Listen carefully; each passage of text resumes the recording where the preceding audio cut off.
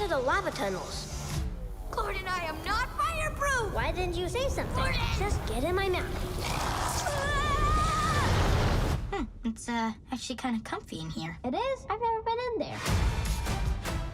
Elio is directed by Madeline, Sharafian, Domee, and Adrian Molina, with a screenplay by Julia Cho, Mark Hammer, and Mike Jones, and a story by Adrian Molina, Madeline, Sharafian, Domee, and Julia Cho. The film stars Yonas, Kibreab, Zoe Saldaña, Remy, Edgerly, Brandon Moon, Brad Garrett, and Jameela, Jamil. According to IMDb's plot synopsis, Elio, a space fanatic with an active imagination, finds himself on a cosmic misadventure where he must form new bonds with new alien life forms, navigate a crisis of intergalactic perturbations, and somehow discover who he is truly meant to be. Pixar really struck gold last year in the form of Inside Out 2. Of course, it is a sequel, so naturally it was going to get a lot of attention and a lot of people going out to see what a sequel to that first Inside Out movie was, because of course, first one was incredible, it was amazing.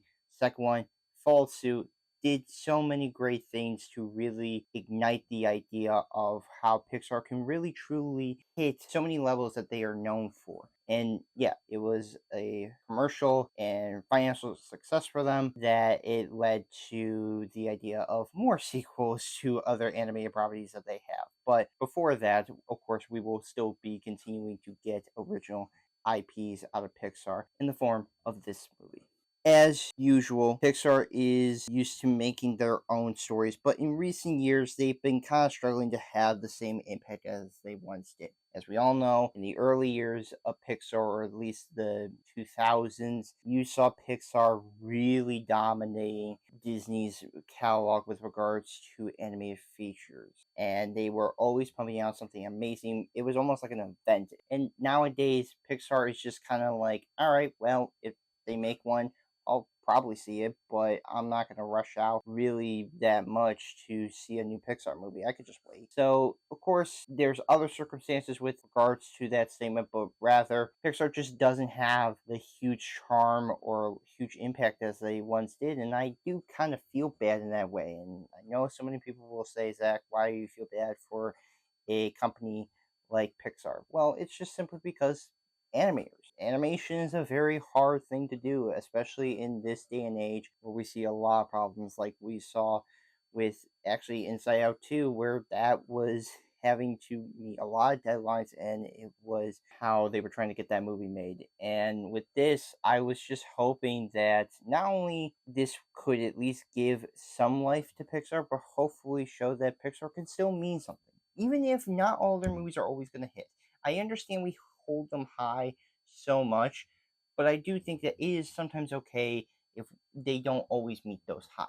That being said, I did find Elio to just be okay. It wasn't bad in any ways. This isn't a terrible movie. There are some nice things to appreciate about this movie, and of course, some of the amazing things that Pixar brings is there. However, it's just not one of Pixar's better films. It's just not out of the same caliber as something like Toy Story, Up, or even like something like Ratatouille, or even The Incredibles. It's just not possible. You can never live up to those movies in general. But before addressing my problems with the film, here are the positives that I do have. The voice acting is enjoyable. The cast does well with providing their voices to their characters, keeping the film lighthearted. Most of the cast do bring their heartfelt feelings and emotions that you usually see with a lot of Pixar movies, and they do provide a good sense of levity and fun to be had with a movie like this. It's not something where rarely do I find a Pixar movie where its cast can never carry a movie, and I think everyone in here does the best. Even though it is not so much amazing, I do think that they do carry this film themselves to help it out to be a little bit better to watch.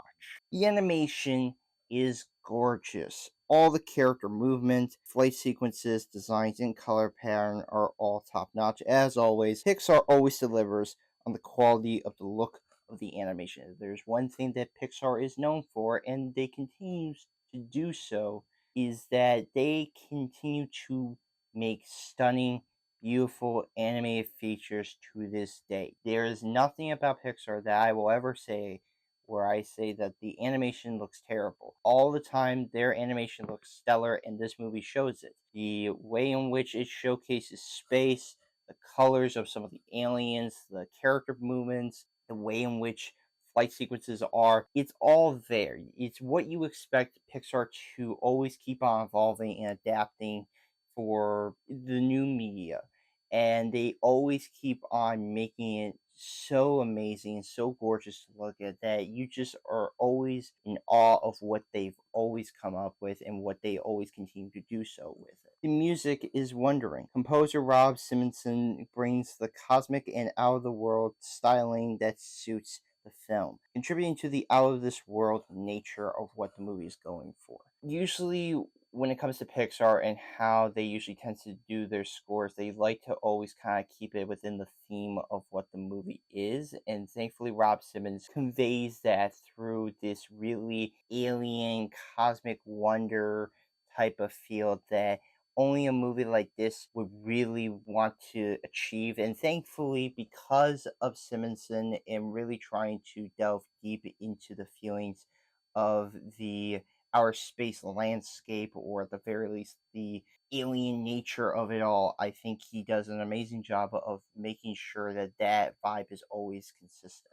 The pacing and runtime is excellent. Each scene contributes to keeping the film going. With a runtime of 1 hour and 38 minutes, it's able to wrap things up pretty well. It's not going any further than that. I always worry about how animation tries to kind of push the limits on pacing and runtime, and thankfully, as always, Pixar, they know how to do it. They always find the sweet spot of how to nail the pacing and runtime of their films, and this movie is no exception. The concept is interesting. The idea of a boy wanting to fit in and befriend aliens lends to the concept being unique. Something that would work for today. As we all know, kind of hard to fit in. We all feel like we are all alone in our own ways, and for this movie to kind of tackle that but have a more alien twist to it, I think is really cool. I think it is interesting to see that idea kind of be formed in that way, with aliens being seen as outsiders, and that you yourself see as an outsider and you try to fit in with them, and you're trying to connect with one another in a way where only you think that that person or the other person can feel on that subject matter. And I think it can really showcase how much Pixar can really touch the human emotion with that regards. The cinematography is fluent. Cinematographers Derek Williams and Jordan Reppel captures the cosmic and wonder of space, fully showcasing the beauty of it all. Pixar's movies tend to look amazing with regards to how cameras move, how they flow, how they feel, and this movie is no exception. They managed to capture the wonder and awe of space, the aliens, all of it is there. They know how to keep things consistent and always making sure that they are always focusing on what is important. That said, it does show issues that underwhelms the film. And as much as I am not somebody who wants to downplay this movie or really talk bad about this film, because of course this movie is suffering as it is, I just have to be honest with some of the things I did see with it. So here are now the negatives. The story is disjointed, following this kid as he is abducted by aliens felt conflicted and all over the place. Props for trying. I really do mean it. It is worth a try and a risk to make original IPs, especially in this day and age when everyone is asking for that. And when Pixar comes along with something like this, there is effort. There is an attempt of what they want to say, what they want to do. Problem though is I feel like it kind of loses itself in the scientific aspect or the alien aspect, and kind of muddling the commentary about fitting in, finding your place in the world. And it just kind of felt it was just a science fiction adventure film that has a message, but it is just not as hard hitting or as strong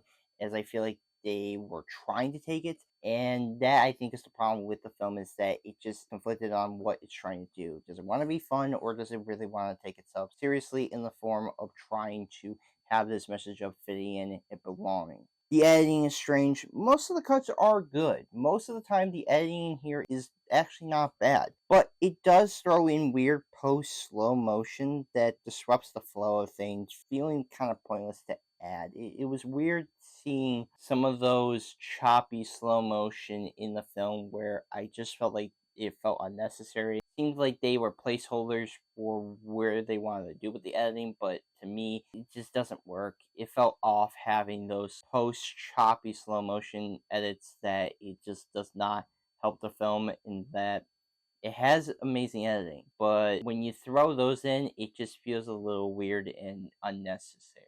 The characters aren't memorable. Aside from the voice acting, the characters for me just aren't on the same level as being memorable compared to other animated films. I'm not saying Pixar, I'm just saying other animated features. But again, that's just me. There's probably so many people that may walk out of this and really love Elio or his aunt or some of the alien creatures. I'm just saying for myself that I think the voice actors help this movie out. The characters themselves, on the other hand, that doesn't help itself. For a movie like this, I don't hate Elio, but I will agree to a certain extent that he did get a little bit on my nerves a lot of the time, and that's the problem.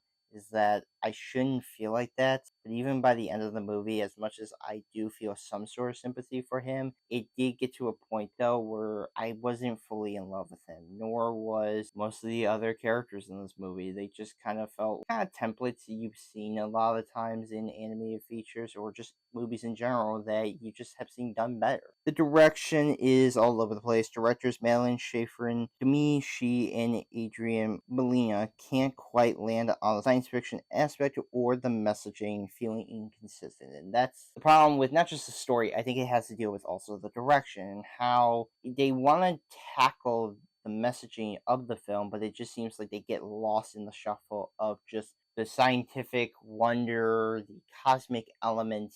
And while I think it is cool, it does start to lose its identity on what it wants to be. It kind of wants to feel like a 2000s adventure animated film, but at the same time, it also is trying to be a Pixar movie and trying to be a little bit more connective in that. And while I do love the concept, I just think that how it is all handled and how it is all directed, and yes, there was already reports that they had this shift through different directors, and of course, it was delayed. So I do think that it doesn't help that you can kind of tell that it has a little bit of like this military aspect to the film, but then it just kind of veers off it into like science fiction that I just don't think the two ideas just don't always mesh very well. While an effort, it struggles on the core messaging of its story. It's nice that Pixar tries their best with doing original ideas, even if they don't stick the landing. If there is one thing I can give this movie credit, it tried. It really did. It doesn't help that the marketing for this movie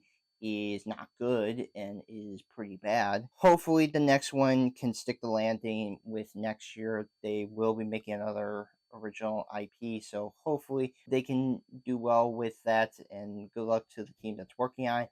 Because with this, I'm kind of a little bit sad knowing that Pixar just. I'm not saying they can't always hit home runs, but this movie, I feel bad in the sense of when this is coming out and this having now the worst box office opening for Pixar forever. It's kind of sad and it's unfortunate, and I just feel like Disney done this movie dirty because I feel like they would put more marketing into other things than something that Pixar wanted to do. And hopefully Pixar can still continue to try to make original IPs and not have to just pump out sequels, even though that is the only way that they're able to make more of these original IPs is if they do sequels. You gotta take what you gotta give. I'm gonna give Elio a 6 out of 10. It's an okay film. It's fine for what it is. I'm sure kids will like it, and I'm sure adults can appreciate the look and appeal of the film. I just feel like for Pixar's pantheon of other movies, I just don't think this is one that I would